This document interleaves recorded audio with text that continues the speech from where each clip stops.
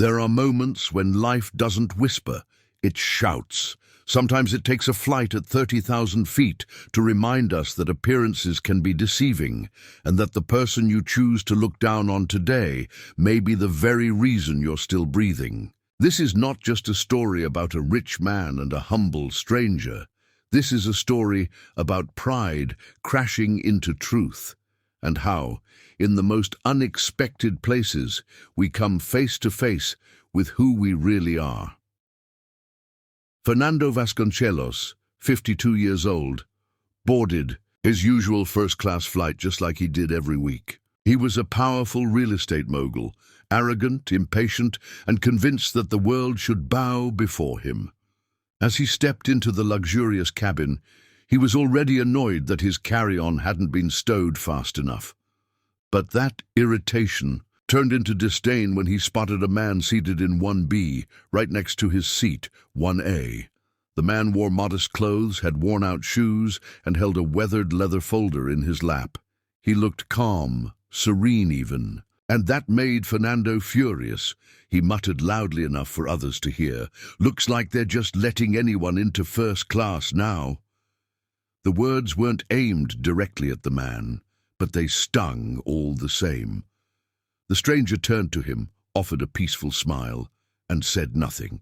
That silent response only enraged Fernando further. He crossed his arms and scoffed, probably won a raffle, or maybe he's undercover staff pretending to be a passenger. A few heads turned. Some passengers exchanged glances, but no one intervened. The air was already thick, and the plane hadn't even left the ground. The flight crew approached to settle the tension, but Fernando doubled down, saying he paid too much to sit next to someone who clearly doesn't belong. He demanded a seat change, but the cabin was full. The man beside him remained calm, composed. His name was Dr. Enrique Azevedo, though Fernando didn't know it yet. Enrique wasn't rattled. He simply opened a notebook filled with careful notes and a folded photo tucked inside. While Fernando huffed and insulted him under his breath, Enrique stared out the window, perhaps looking for peace somewhere beyond the clouds.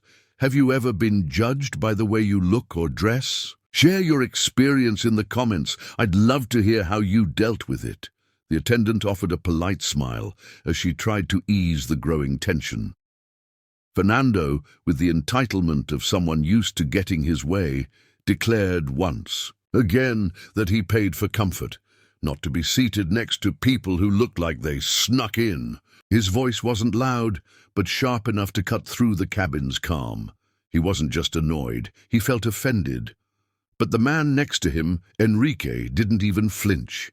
Instead, he calmly opened his worn leather notebook and began to write. There was something mesmerizing about the way he moved the pen, precise, controlled, almost like a surgeon outlining something delicate. Fernando, now visibly irritated, leaned slightly, trying to peek at what was being written. But the handwriting was small, neat, and unreadable from his seat. The lack of reaction was eating away at him. He wanted a confrontation. He needed one. Anything but that haunting silence. "What's in the notebook?" Fernando asked with a sneer. "You write poetry about your tragic little life? Or maybe you sell those at stoplights?" Enrique didn't respond with words, only a gentle, closed-lip smile. That smile felt like a mirror. It didn't attack, it reflected, and it made Fernando feel smaller than he'd like to admit. At one point, Enrique pulled out an old photograph tucked between the notebook's pages. It was faded and folded in the corners. A hospital operating room, a group of smiling doctors, and Enrique in the center. Fernando squinted and scoffed again. "Oh, what is this now? A pretend doctor? You showing off your costume party memories?" Still, Enrique didn't say a word. That infuriated Fernando more than any insult would have. The man wasn't playing along with his arrogance, and that made Fernando feel powerless. Around them, a few passengers had begun to take notice. Some shook their heads. Others whispered softly, but most just watched, unsure of what was really unfolding. Have you ever met someone whose silence said more than words ever could? Tell me in the comments what that moment was like and how it made you feel. As the flight cruised above the clouds, the tension in row 1 remained. Fernando fidgeted, adjusting his cufflinks, shifting in his seat, stealing glances at Enrique. He couldn't understand why the man's silence bothered him so much. It wasn't passive, it was intentional. It was the kind of silence that belonged to someone who had nothing to prove and nothing to fear. And for someone like Fernando, who thrived on control, that was unsettling. Every now and then, Fernando fired off another passive-aggressive remark. Some people are so irrelevant, they don't even know when they're being disrespected, he muttered, but again, no reaction. Enrique continued writing unbothered. His calm demeanor wasn't arrogance, it was mastery, it was discipline, it was experience. And Fernando, though he'd never admit it aloud, felt it. A couple sitting, a row behind them, watched closely. The elderly woman leaned over and whispered to her husband, "That looks just like Dr. Enrique, the one from San Rafael Hospital, the one who saved our grandson." Her husband blinked in surprise. "You think it's him? The surgeon who took on that impossible case?" They kept their voices low, but the words were enough to spark something in Fernando. He turned his head slowly, looking at Enrique again, this time not with disdain, but with curiosity. He studied the man's posture, the way he held the pen, the careful folds of his notebook, the calm with which he breathed. Something about it all felt oddly familiar. He began to recall a memory, a hospital room, a white ceiling, the beeping of machines, and a voice, a firm but gentle voice that said, "You'll make it through this, but you need to trust me." A voice that belonged to a man who looked a lot like Enrique. That thought struck him hard, like turbulence he didn't see coming. What if this wasn't just a coincidence? What if the man he had insulted, mocked, and belittled was the very man who had saved his life years ago? Has your past ever come back to face you when you least expected it? Share your story in the comments. I want to hear what happened and how it changed you. Fernando leaned back in his seat, but not to relax. His mind was racing. Fragments of a moment long buried began surfacing with disturbing clarity. He remembered being in a hospital bed, weak and terrified, surrounded by doctors who spoke in quiet urgency. And then there was one voice that cut through the fear, not because it was loud, but because it was calm, a voice that promised hope, a voice that belonged to a surgeon. The name was right there on the edge of his memory, Dr. Enrique. Could it really be him?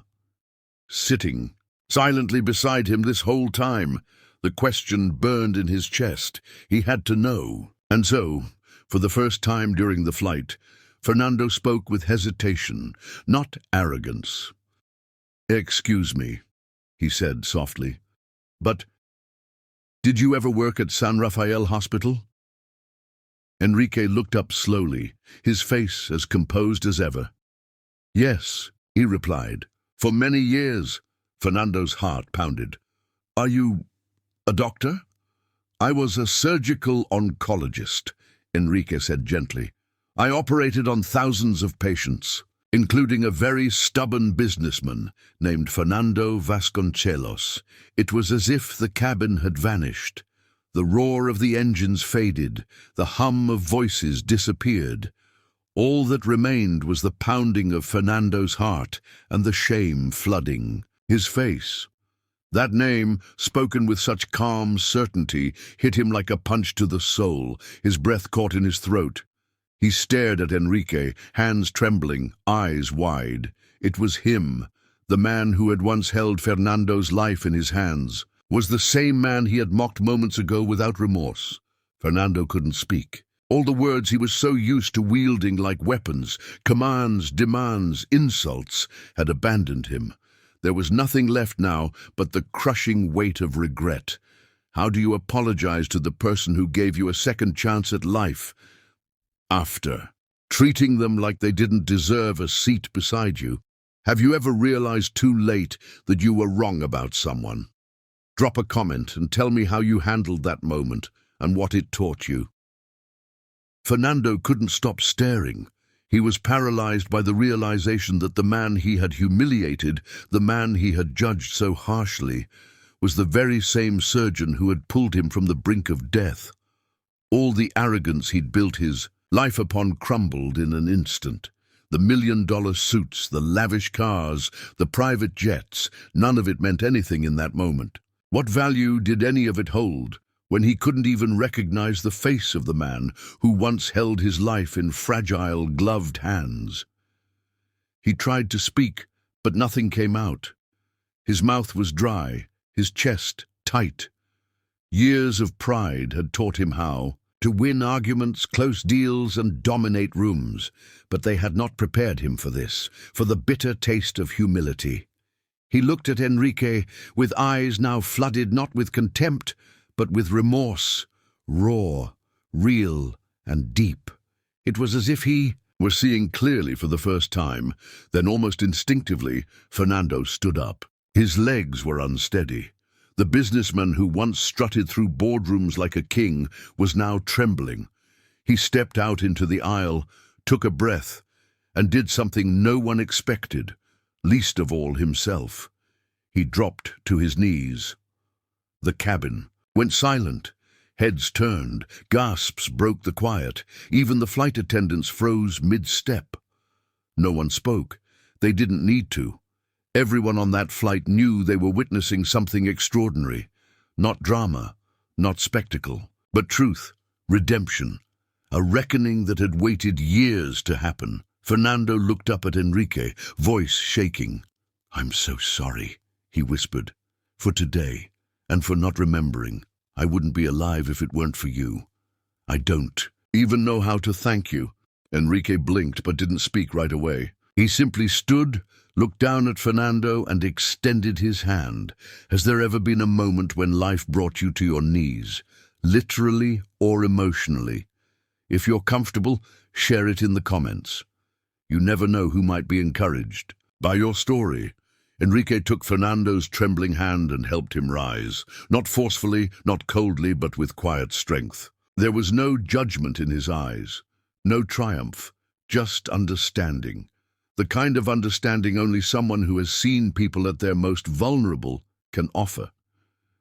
Once Fernando was back on his feet, he stood there, awkward, broken, breathing heavily, like a man who had just survived another surgery.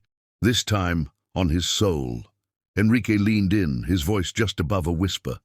"I didn't save your life for applause," he said. "I did it because it was the right thing to do.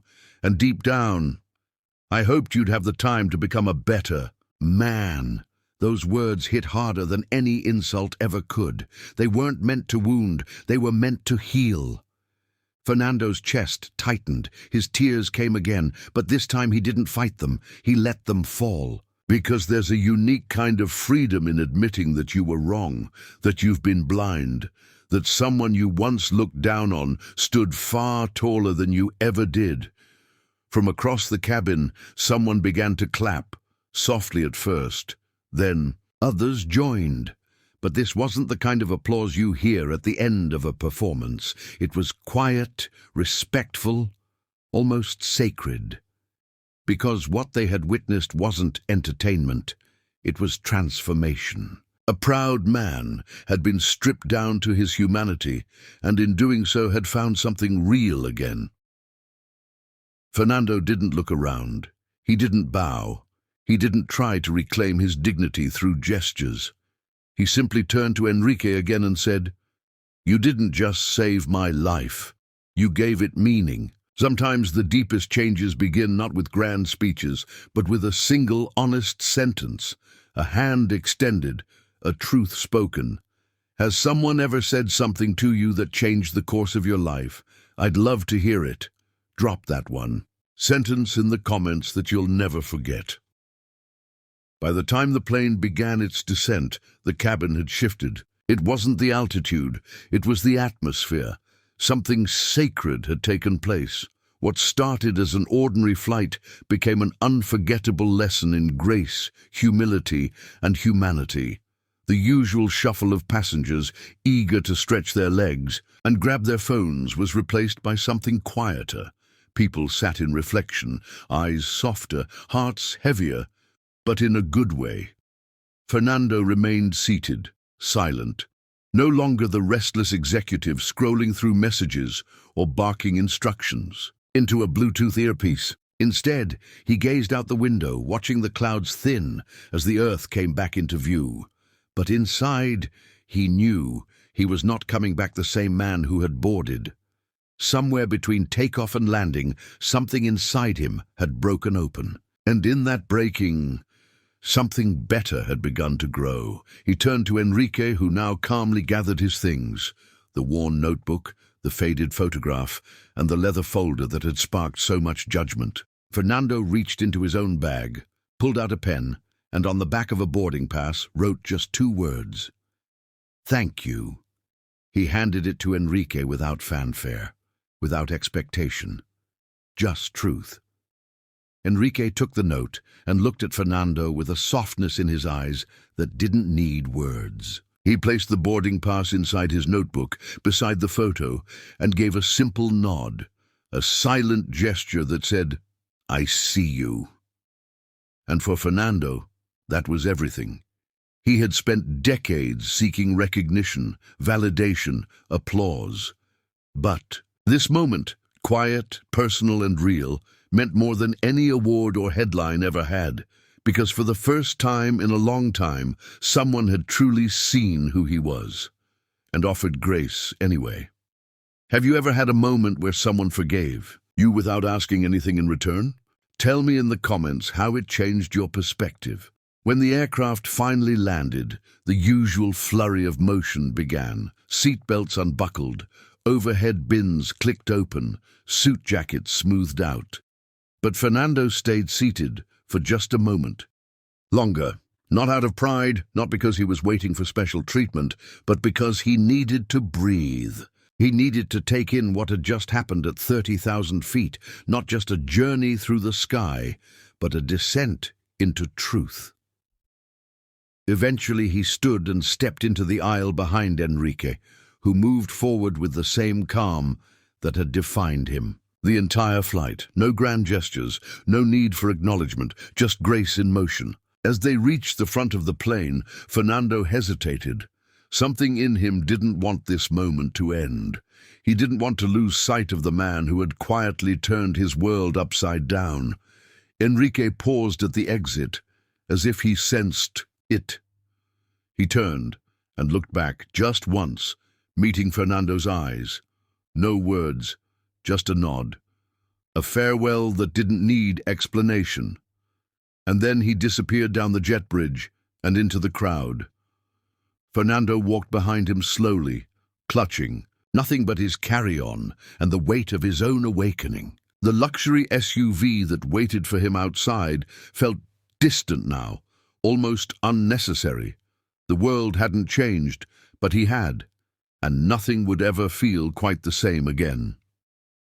He didn't rush.